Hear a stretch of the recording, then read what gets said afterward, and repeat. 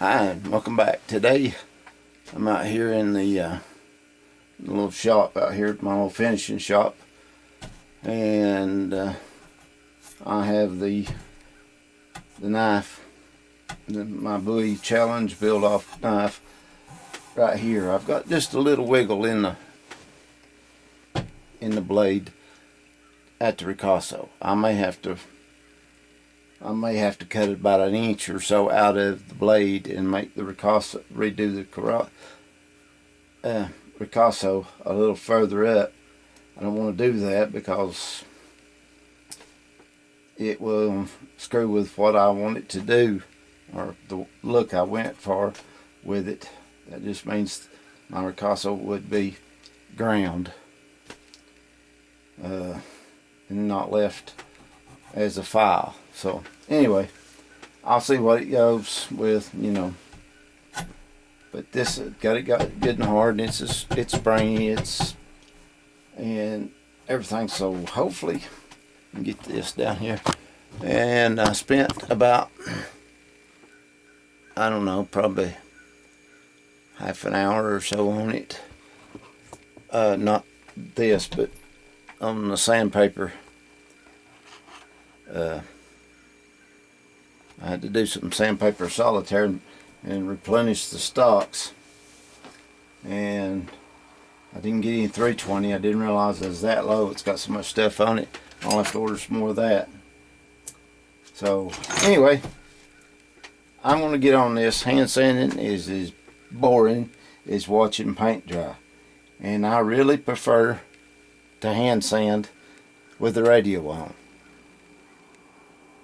And that way the neighbors don't hear me swear and everything else when I skip off and break a piece of sandpaper, whatever. Try not to do a whole lot of that. And so but anyway, that's what I'm going to do. I'm going to shut it down once I get one side hand sanded and see about the little bit of wiggle. I'll know it's right in here, in this general area right up here at the heel, right there, right before the ricasso, right in here. And it's not bad, but it's noticeable. It's like the doctor told me on my wrist here. Said we go in here and we take these 3 bones out right here and move everything around where as close back as what we can get it. Said you'll be back at it in about 6 or 8 weeks. I said, excuse me? He said, yeah. I said, won't that make my hand and wrist shorter? He said, you'll never notice it. And I said, Doc, I'm a knife maker. I noticed 5 thousandths when it's out of line with the rest of it. I said, I noticed that a lot. He just looked and shook his head. So, I don't know. But anyway, no brace today. I done some flea marketing over the weekend, and see the knot right there. That's where it's at. That's where the knot is. And this bone is supposed to be right here. So anyway, no wrist brace on. I've been wearing it for a week, and every time I pull it off to wash my hands and whatever else, it hurts worse taking it off than it does good. So I don't know what's going on with it. All I can do is just keep going till it no longer wants to go. And so anyway, that's enough of me yammering. It's time to play the sandpaper solitaire. I'm going from 80. I don't know if I'll go 500 or not, but I will definitely go to 320. And then we got a big old pot of ferric chloride over. If it's still good, I hope it is. I don't use it much nowadays. I mean, because I ain't been making knives. So I just kind of been fiddling around with them little ones, and I didn't feel like etching them. No need to. Just little 2.5 inch blades. But anyway, I'm going to turn the radio on and get on it. Okay, I'm back. It's a funny place that your mind goes while you're doing laborious stuff. I may have told this story before. I don't know. Can't remember. I've told it a dozen or more times. But anyway, I'm going to tell it again for all those that's new to this. I was at a blade show a couple of years ago and was displaying my blades, and the fellow came up to me and said, "Oh, I can tell by looking at them, them knives will never last." I said, "They won't last." I said, "They won't." I said, "Where won't they last at?" He said, "They won't last in Alaska." And I said, "Well," I said, "they're digging up cast iron frying pans and bar traps and all kinds of traps up there, back from the early 1800s, late 1700s. And said, they still work just fine. So why wouldn't these knives like that?" He said, "Oh no," I said, "I'm an outfitter out there." I said, "I'm a guide." I said, "Them knives," said, they'd be wore down to nothing in just a month." And I said, "Really?" He said, I asked him, I said, "Well, what kind of knife do you use?" He said, "I use the best one for working up there." He said, "It's the best knife I've ever put in my hand." I said, "Really? What is it?" He said, "Well," I said, "let me tell you about it." I said, "Okay, go ahead, tell me about it since you don't want to tell the name." And he said that he had two best friends or brothers or something that are from Alabama. He said opening day of moose season, they get out of the boat and they get up, and there's a little pond or a little shallow lake about he said between 200 and 300 yards away from a river. So they're going to go look for moose there. As they're getting closer, they hear the oof, oof, oof as the mooses make, and they hear antlers clash. He said, "Well, there's two up," and told him, boys, said, "Okay, there's at least two up there fighting." Said, "If we're lucky," he said, "we might be able to sneak right up on them. See if they're both shooters." So here they go. They sneak up there on them. Said he sets the shooting sticks up and goes. And as soon as the moose pull apart like that, he said, "Fellas, I'm going to count you down." Said, "When I hit 3, you pull the trigger and make sure." They both boys said, "Yeah, these mooses was true. These meese, whatever, are plenty big enough for them. Plenty big enough." And they was legal. He said it's over 50 inches, and had at least 4 brow tines on one side, so they was legal either way. And so they was big. Said them old boys said he went 3, 2, 1, and the moose hit the ground. Said they just fell. He said they fell within like 2 or 3 feet of each other, nose to nose. Said they run over and checked them and made sure that they didn't have to do a coup de grace, and said no, they was both stone dead. Said them old boys could shoot, and they done that countdown just perfect. Said they pulled the triggers at the exact same time because the moose hit the ground at the same time, the meese or whatever. Anyway, I said, "Well, when's the knife come out?" And he said, it's coming. I said, "Okay." He said, "We roll them around there," and said, "We take pictures of them." So we turn the heads over and kind of like that, and we leave them nose to nose, and then take pictures with the boys nose to nose on the other side. Then we turn their heads and do all the pictures and everything like that. And said, we just picked one at random and rolled it over. Said, the first thing I done, said, I reached in my backpack and pulled out my file. I said, "Whoa, wait a minute." He said, "What?" I said, "You don't have a knife. You got a KSO." He said, "What's that?" I said, "It's a knife-shaped object." I said, "There ain't a file here outside of a diamond that'll touch my knives. All my edges is harder than a file." And he said, "Really?" I said, "Yes." Well, this one is, so that was the point. I was sitting here, and your mind just wanders. That story just popped in my head, so I picked up the file. This is a good file. It's clean, good and clean. Every time I use it, I clean it. and it's still getting sharp. It still cuts real good and everything else like that. So now there's no, I keep my wet rock with the fish hook groove in it. I keep this laying here next to my knives so I can dull them. And I just knock a burr off of them and knock the edge off of them as you hand sand them. As you don't, you bleed. And I'm sure if you've been hand sanding, you know about that. So, but that's what I do. I keep that right there, handy. Now this is 80 grit, and that's it.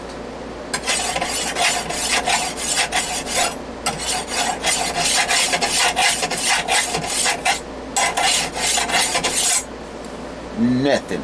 It just skates. And this is, I don't have no idea what steel that is. I believe it to be up to 1050, maybe 1070 at the most. We're not going to waste a whole lot on files. Rasp that was meant for hooves, which is just basically big fingernails. And just like horns on a cow or whatever else, that's all they are, is keratin. Made out of hair and keratin. So, deer have bone for antlers.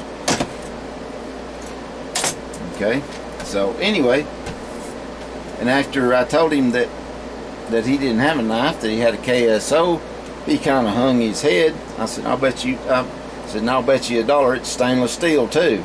And he just hung his head and walked off. So, if you treat them right, and you keep, these are decent files. This one's a Nicholson. So, anyway, and you heat treat them and you temper them right, they're hard. They're steel. Harder than a file. A file is only into the 50s. That's the reason they don't work on any kind of hardened steel. They just skate right over it. Power saw, chainsaw files is a little harder than these. They're probably a 54, 55 for working on the chains, because the chains have to be hardenable steel, but up to a certain point, because if they made them as hard as they do a regular knife, you'd have to have a diamond file, chainsaw file. So, but anyway, they were just sitting here out of short boredom listening to the radio, and that popped through my mind. So I thought I'd just stop and show you that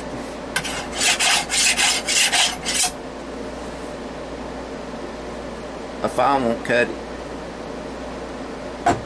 Any of them.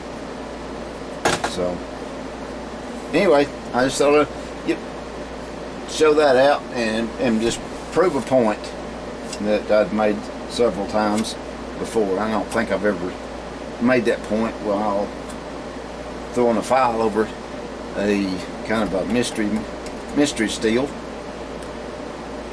knife. But anyway, I'm going to get back to the sandpaper solitaire and turn the radio back on and make my day move along a little faster.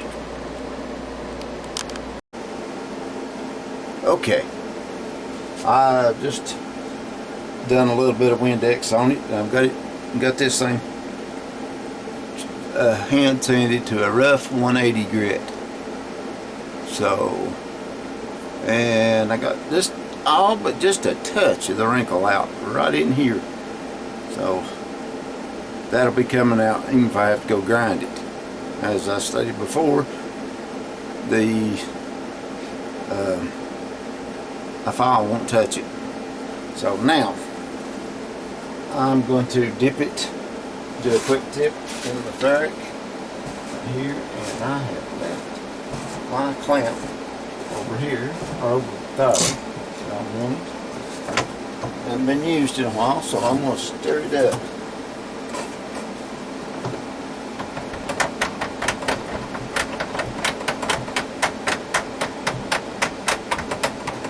If that goes in. has anything to do with it or not, but sure can't hurt it.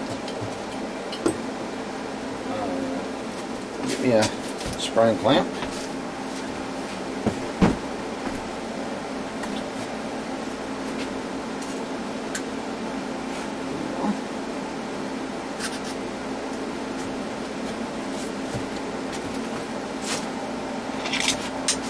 And a screwdriver. Should always have that stuff available, but sometimes I just forget about it.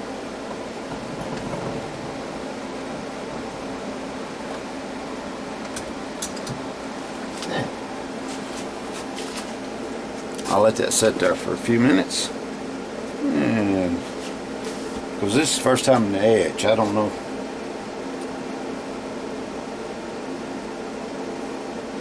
Okay. Clock. We put a timer and off flip. And we'll go for 4 minutes.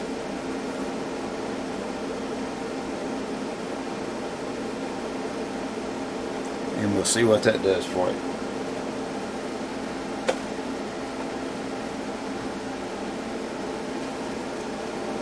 I don't know if I can get them both in the same stream or not. Maybe if I widen it out just a little bit. There we go. Now, when this goes off, we'll go pull it out. I'm just going to let it sit there and wind down while I go get me a drink of water.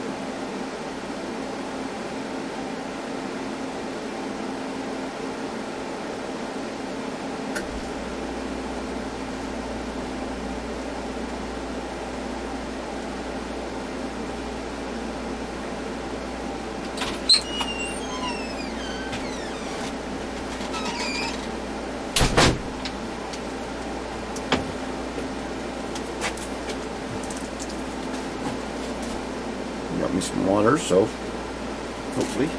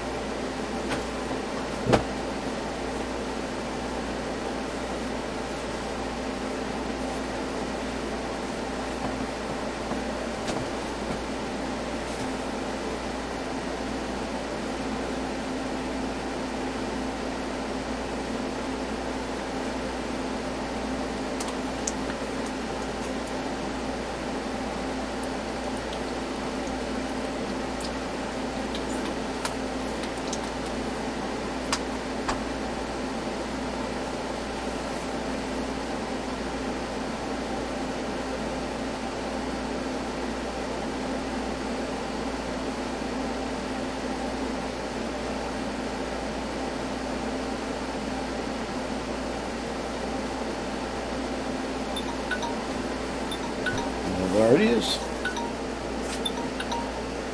And just miss. Timer's off.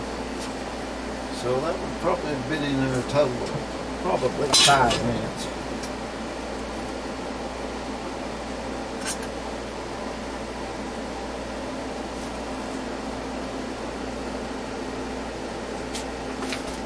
Well,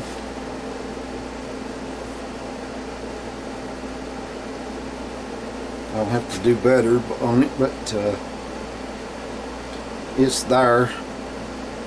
But it's mixed in with the grind line and with the file marks. You can see it go up and down or undulating a little bit. So it's there, and it's helped bring out the grind lines that I sanded, that I ground off. So I had to bring them back. So needs a little more. That or my ferrit's getting weak. And so I'm going to clean this up. I'm going to finish hand sanding it up to probably a 320 grit, and then when I do that, I'll come back and we'll figure something out. I'll either play with the lemon juice and vinegar, because like I said, this is not 1095 steel, or it would have popped a lot better with the etch and in just that little bit of timer. So yep, you need a little bit higher carbon steel to do this, you know.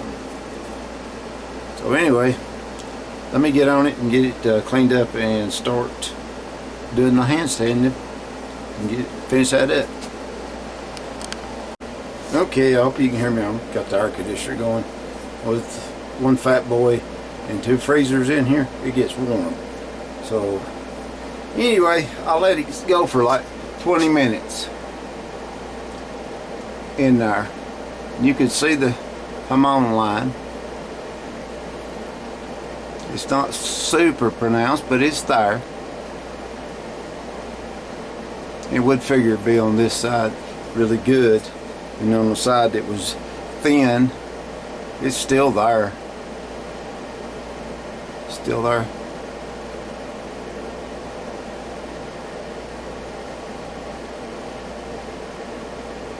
And yes, this is going to be left root to forge. So I mean, I'm not doing anything else to this other than I'm going to fix me up a little tank, and I'm going to soak this thing in vinegar for a little while and see if that won't help it. And I got the little wobble out.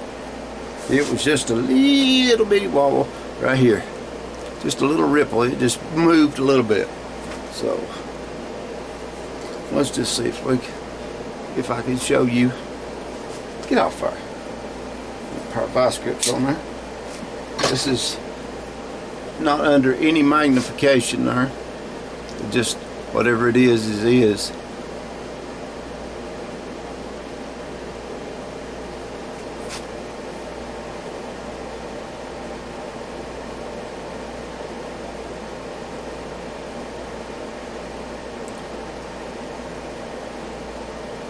After it comes out of the etch it, sometimes it comes out with a chemical sharpening, and it'll be sharp as a razor blade, and I don't see very many glinting spots. So I dulled it before I put it in there.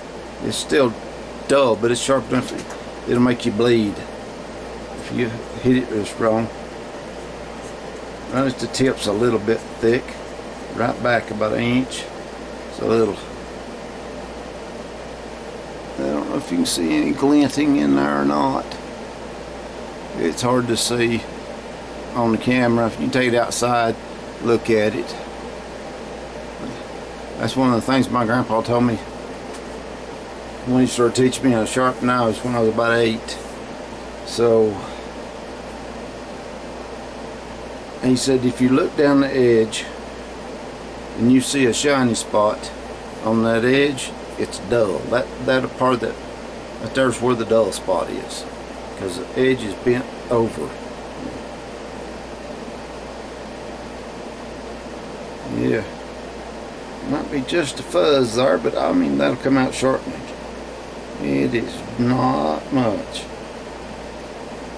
And yes, I'm right-handed but left eye dominant, so I can shoot either way. Probably a better shot left-handed, but as far as seeing the target and everything, but I shoot a pistol with my left eye in my right hand, and I got my nose introduced to my ear once when I was a kid, and Grandpa, he taught me how to shoot, not to cross over the stock where you're not try to shoot it right-handed while you using your left eye to sight with. No, the old shotgun, it was unmerciful. And I was probably 9, 10 maybe at the time. Already a seasoned squirrel hunter, but I shot 22, which was fine. We had a little single shot 22. It was really good for that. Okay, the clip starts here, right here, goes all the way to the end. It's got the, I don't have any, yes I do.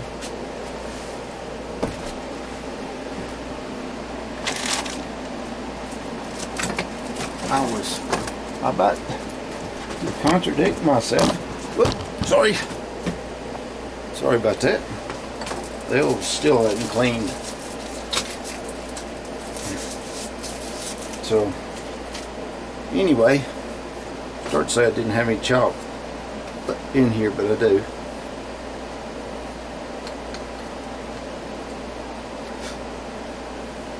I don't know if that'll make it pop a little any better or not.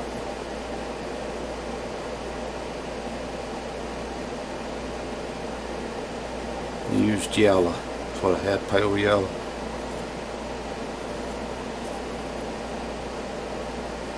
So, like I said, it starts right here.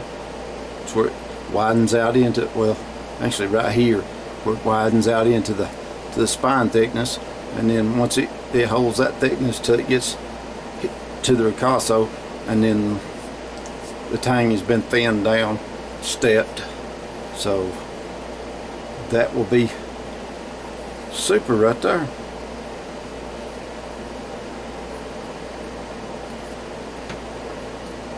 So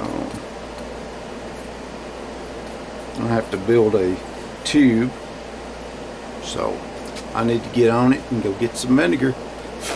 So till I'll come back after, not in this video, but in another one, because it's just going to be more of the same, hand sanding, wire, using steel wool to polish it in between coats and everything. I'll probably have to do, I don't know, 15-20 cycles. Is like I said, demonstrated earlier, the file won't cut it, so we know it's over 55 on the Rockwell scale, or 56, somewhere in that range right there.